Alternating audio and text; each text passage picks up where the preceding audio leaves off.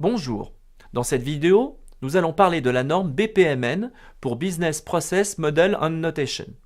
Vous avez déjà fait connaissance avec certains concepts de base de BPMN et commencé à appréhender la modélisation de processus simples. Mais ici, notre objectif est de vous présenter les origines de cette norme, ce qu'elle comprend et ses opportunités par rapport à d'autres notations existantes. Vous allez découvrir pourquoi vous devez entrer dans la norme. La première version de BPMN a été proposée par le consortium Business Process Management Initiative, BPMI, en 2004. Elle a ensuite été reprise par l'OMG. L'Object Management Group est une association travaillant sur la standardisation des modèles de spécification du monde de l'informatique pour garantir une définition et une compréhension commune d'environnements a priori hétérogènes. Dans ce cadre, le monde universitaire, gouvernemental et de l'entreprise travaillent conjointement depuis 2008 sur cette norme destinée à fournir une notation qui peut être appréhendée simplement par l'ensemble des personnes impliquées dans la gestion des processus. Les collaborateurs métiers, les analystes, les techniciens responsables de l'informatisation, les pilotes qui s'occupent de la gestion ou même certains participants externes à l'organisation. L'objectif principal de BPMN est donc de réduire le fossé observé dans l'expression des processus des différents acteurs par l'utilisation d'un langage commun.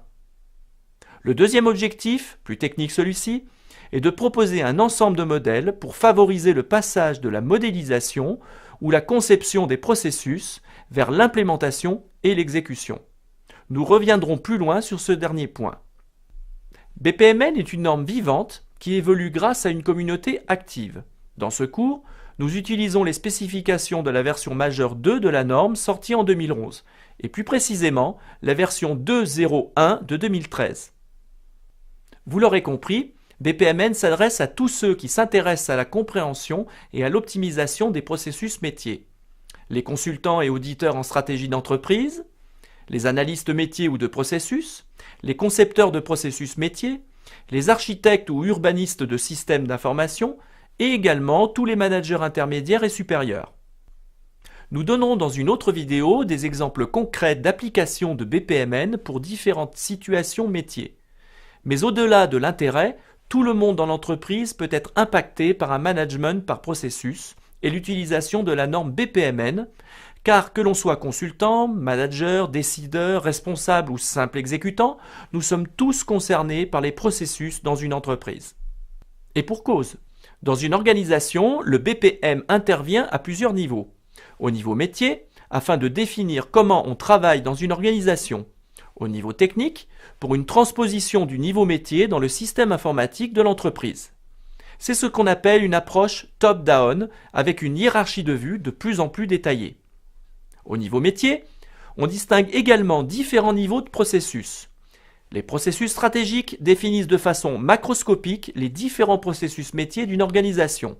Par exemple, quels sont les grands processus nécessaires au bon fonctionnement d'une université comme gestion d'un cursus ou inscription d'un étudiant. Dans une entreprise, on peut parler de gestion d'une commande de marchandises ou veille du marché. Les processus fonctionnels décrivent un processus de façon neutre, sans aspect temporel ou organisationnel. Si je reprends mon exemple dans une université, quelles sont les activités nécessaires pour inscrire un étudiant, quelle que soit l'université, ou dans une entreprise, quelles activités permettent de traiter une commande de marchandises? Les processus organisationnels permettent de montrer comment se déroule un processus dans une organisation.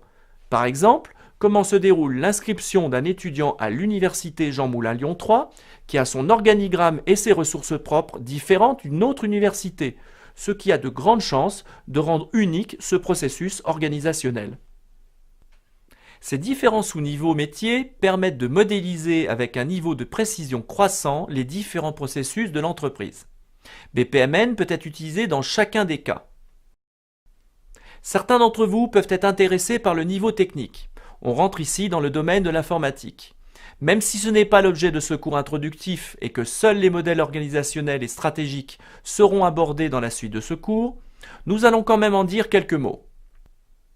Une fois qu'on a modélisé un processus organisationnel, on peut vouloir le transcrire en un processus exécutable ou en un processus applicatif.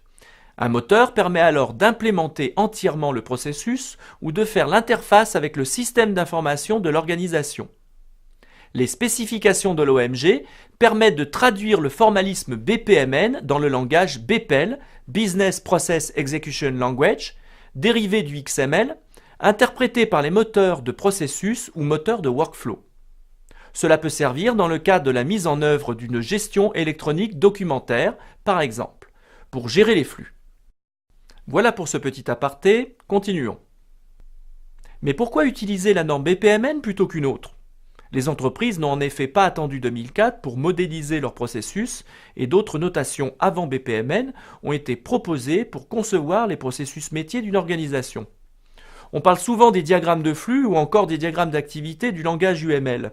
Mais aujourd'hui, bien que les bases de la notation soient fortement inspirées des diagrammes de flux, le BPMN a tendance à faire l'unanimité dans la gestion de processus et pour plusieurs raisons. Tout d'abord, c'est une notation ciblée métier.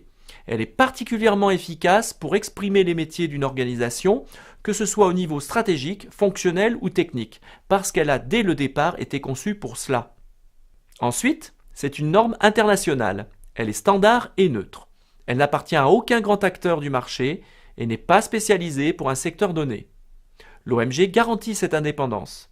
Cela offre une forme d'homogénéité entre le travail de différents prestataires ou de compatibilité entre différents outils. C'est une norme ouverte ou non propriétaire. Vous pouvez l'utiliser dans toutes vos activités de cartographie. Vous pouvez communiquer sur le fait que vos diagrammes suivent la norme BPMN. De la même façon, beaucoup d'outils de modélisation supportant la norme sont eux-mêmes libres, comme Bizagi Process Modeler que nous utilisons dans ce cours.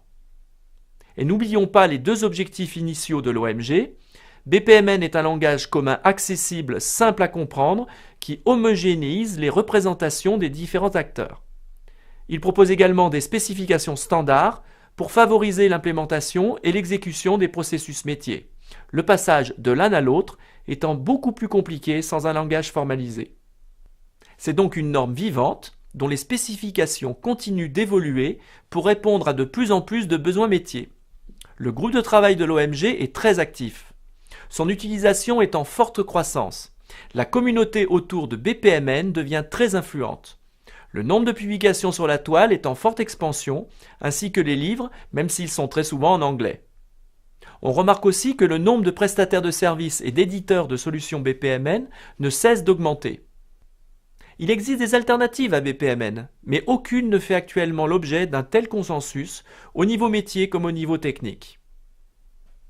Pour répondre à différents besoins de modélisation de processus, BPMN définit une suite de 4 modèles. Le premier modèle est appelé diagramme d'orchestration. Ce diagramme correspond à la définition de la séquence d'un processus, du début à la fin, avec les différents éléments de flux, à savoir les événements, les activités et les passerelles. Le second modèle est le diagramme de collaboration. Il permet de représenter graphiquement les interactions entre le processus et d'autres processus internes ou externes à l'organisation, en spécifiant les messages échangés. Nous verrons lors de la prochaine session la notation graphique permettant de modéliser ces diagrammes. Les deux autres modèles sont les diagrammes de conversation et les diagrammes de chorégraphie, permettant également de modéliser les échanges entre plusieurs processus participants, mais avec une représentation différente. Ces deux derniers modèles sont en pratique moins utilisés. Ils ne seront pas développés dans ce cours. Pour décrire ces différents modèles, BPMN définit des spécifications formelles avec un ensemble de symboles graphiques, une syntaxe, une sémantique et des règles d'usage. D'une certaine façon, on peut assimiler BPMN à un langage avec une syntaxe, une grammaire et un vocabulaire qui donne du sens global en fonction de son expression. BPMN garantit ainsi l'homogénéité dans l'expression et l'interprétation des modèles. Nous avons donc rapidement positionné BPMN par rapport à la gestion et la modélisation des processus. Ce qui est important de retenir, BPMN est une norme internationale, libre de droit, accessible à tous, permettant de modéliser puis d'implémenter les processus d'une organisation ainsi que ses interactions avec son environnement.